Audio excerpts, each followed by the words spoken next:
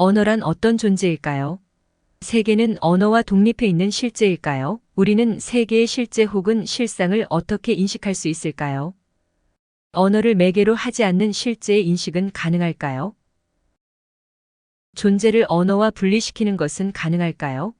우리는 언어에 갇혀 있으며 세계 인식은 정확히 언어에 대응하는 표상에 불과한 것일까요? 언어란 무엇일까요? 그것은 진화의 과정에서 적응된 자연 선택의 결과로서 인간의 본성에서 기인하는 의사소통의 수단일 뿐일까요? 아니면 신에 의한 창조처럼 다른 원인이나 이유에 의해서 인간에게 하나의 문법으로 주어진 것 혹은 구현된 것일까요? 어느 쪽이든 분명한 것은 음성이나 문자, 상징이나 비유 등 직접적이든 간접적이든 인간은 언어를 통해서 세상의 진리와 관계한다는 것입니다. 비트겐슈타인의 전기 철학을 대표하는 저서이자 그의 생전에 출간된 유일한 저서인 논리철학 논고는 언어를 통해서 철학적 문제들의 원천인 실제의 인식 가능성 문제에 접근합니다. 말하자면 실제와 언어의 관계에 대한 고찰로서 언어를 통해서 실제의 문제를 전혀 새로운 관점에서 이해하려는 시도라고 할 수 있습니다. 그리고 후기 철학을 대표하는 철학적 탐구 역시 언어의 일상적 사용을 통해서 세계와 삶의 문제를 이해하려고 시도한다는 점에서 언어는 비트겐슈타인의 철학 전체를 관통하는 키워드입니다. 비트겐슈타인을 그 이전의 서양 철학자들과 확연히 구별해주는 것이 바로 언어를 철학적 관심의 전면에 부각시켰다는 점입니다. 이는 언어가 인간의 사고를 규정한다 또는 비트겐슈타인이 언어의 한계가 사고의 한계달라고 한 말에 잘 나타나 있습니다. 이전의 철학자들은 세계와 인간에 대한 탐구를 위해서 인간의 사고 형식과 구조를 천착하려고 했습니다. 즉, 인간의 사고의 논리 구조가 무엇인가를 밝힌 후 그것을 바탕으로 인간과 세계에 관한 탐구에 착수한 것입니다. 이런 까닭에 논리적 사고에 대한 관심은 철학적 탐구의 근본 관심사였습니다. 그런데 비트겐슈타인은 철학적 문제들의 대부분이 언어에 대한 오해에서 기인한다고 생각합니다. 전통적으로 실제가 무엇이며 또 그에 대한 인식 가능성 즉 지식의 문제는 철학의 가장 중요한 문제였습니다. 칸트가 이러한 철학적 문제들을 해결하기 위해서 인간의 사유 능력 즉 인식의 도구로서 이성에 대한 전면적인 정사 즉 이성 비판에 착수했던 것처럼 비트겐슈타인은 진리 인식을 매개하는 언어에 대한 비판을 통해서 철학적 문제들의 실체를 폭로하려고 합니다. 비트겐슈타인에게 이성과 언어는 별개의 것이 아닙니다. 그는 전통 철학에서 이성이 차지하는 지위를 언어에 부여합니다. 언어가 곧 이성이라고 생각한 것입니다. 따라서 비트겐슈타인의 논리철학 논고의 목적은 언어를 통해 언명되는 세계인, 말할 수 있는 세계의 한계를 그음으로써 말할 수 없는 세계일 즉 언어의 한계 너머의 세계가 어떤 세계인지 보여주려고 합니다.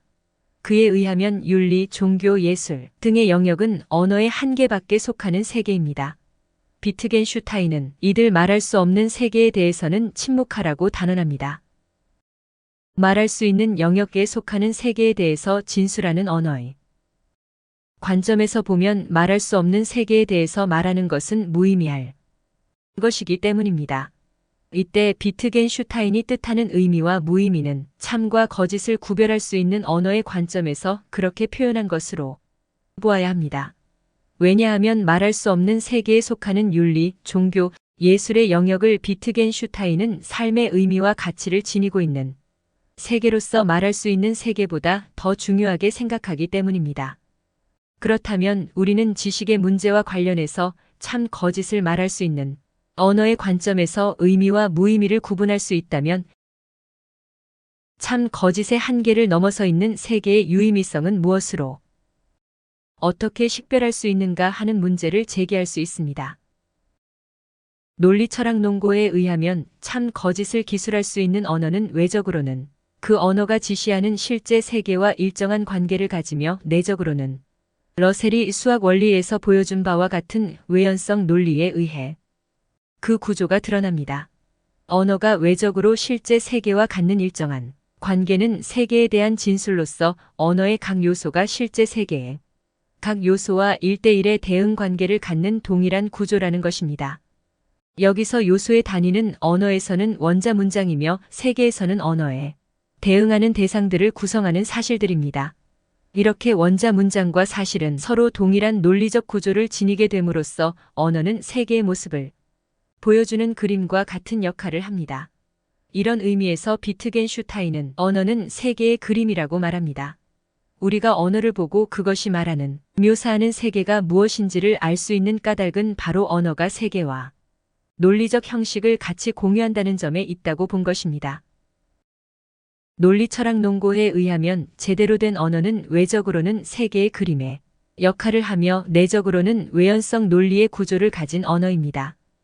이런 두 가지 조건을 충족시켜주지 못하는 언어는 언어 같아 보이지만 실제로는 언어 구실을 제대로 하지 못한다는 것입니다. 그에 의하면 자연과학적 저술에 쓰여진 언어를 제대로 된 언어의 표본으로 간주합니다.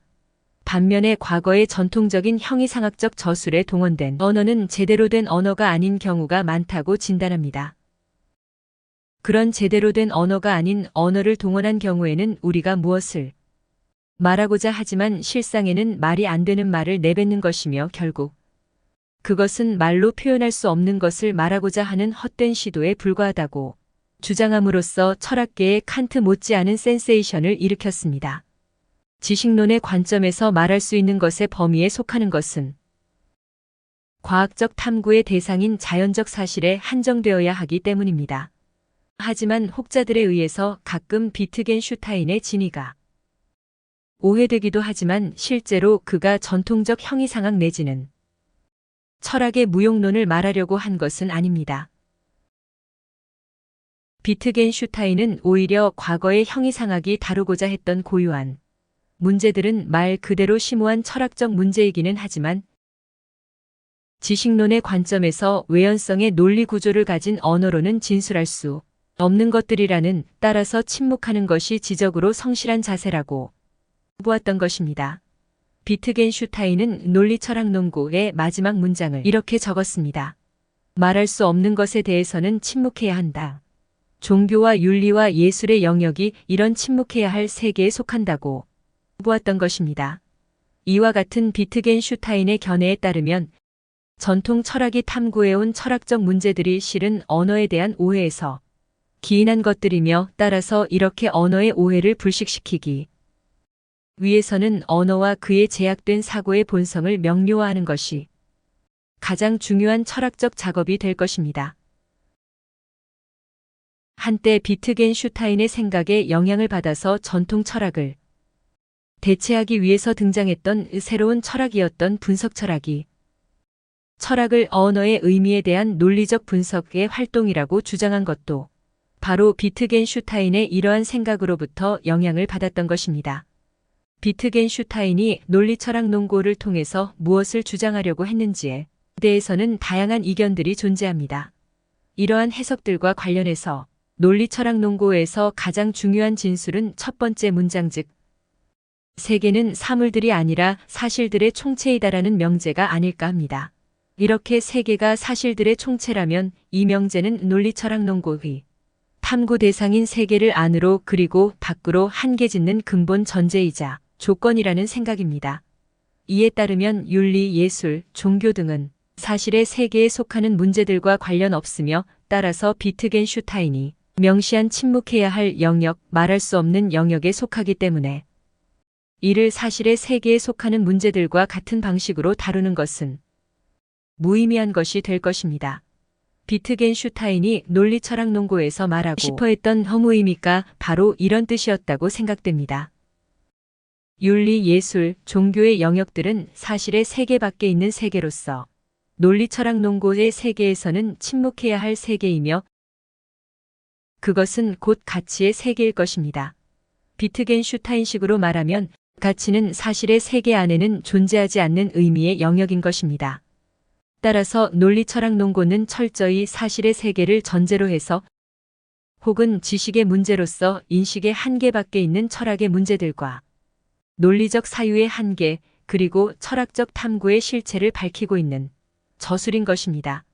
논리철학 논고는 한편으로는 전통적인 철학과 철학적 사유의 근본 한계를 고발하는 철학서이며 다른 한편으로는 전에 없는 새로운 철학의 비전을 제시한 것입니다. 비트겐슈타인이 제시한 새로운 철학은 그가 철학을 세계 혹은 실제를 각자의 눈으로 바라보려는 지적 활동이라고 생각한 것과 관련이 있습니다. 사실의 세계를 넘어선 가치의 세계에서 우리는 크고 작은 삶의 문제들을 안고 살아갑니다. 그것은 지극히 개인적이거나 사회적, 세계적인 것들일 수도 있습니다. 하지만 그것이 무엇이며 어떤 것이든 그러한 문제들의 근원과 해결의 최우선의 관건은 관련 문제 자체에 대한 이해입니다. 철학은 바로 그와 같은 문제를 어떻게 이해하는 것이 적절한지에 대해서 하나의 해석적 관점을 제공해 줍니다. 이를 통해서 우리는 문제의 근원과 해결 가능한 방도를 인식할 수 있게 됩니다. 철학은 그러한 관점과 해석의 정당성을 발견하려고 노력하는 사람들이 활동하는 분야입니다. 이 일은 결코 쉬운 일이 아닐 것입니다. 많은 경우에 사람들은 다른 사람들의 생각을 추종하거나 부지불식간에 타인의 특정한 해석적 관점을 빌려 쓰며 살고 있습니다. 하지만 그것은 자신의 삶과 행위에 있어서 책임 있는 사람의 일은 아닐 것입니다. 우리가 역사의 교훈을 통해서 배우듯이 진리 앞에서 알면 알수록 한없이 겸손해져야 할 이유입니다.